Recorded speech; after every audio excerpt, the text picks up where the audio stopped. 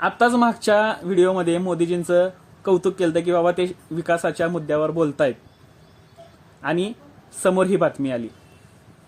कसं काय जमतंय काय माहीत असे विषय हाताळायला किंवा असं बोलायला तुम्हाला की उत्तर प्रदेशामध्ये एक सभा होती, त्या सभेमध्ये मोदीजींनी हे स्टेटमेंट दिलंय की जर सपा आणि काँग्रेसची सत्ता उत्तर प्रदेशमध्ये आली किंवा तिथं निवडून आले तर रामललांच्या मंदिरावर बुलडोजर चालवलं जाईल.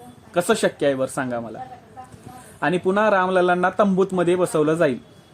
आता पहिली महत्वाची गोष्ट, राजीव गांधींनी मंदिर उघडं केलं होतं सर्वांसाठी, बीजेपीनं नाही, हे आठवण ठेवा. आणि मंदिराचा निर्णय सुप्रीम कोर्ट घेईल. सपा आणि काँग्रेस थोडीच घेणार आहेत. त्यांच्याकडे तो अधिकार दिलायच कोणी. ते नालायक होते म्हणून तर तुम्हाला 10 वर्ष सत्तेत बसवलं होतं ना. तुम्ही पण हेच बोलणार आहात का. आता पुन्हा विकासावर या, जसं मागच्या व्हिडिओत बोललात तसं.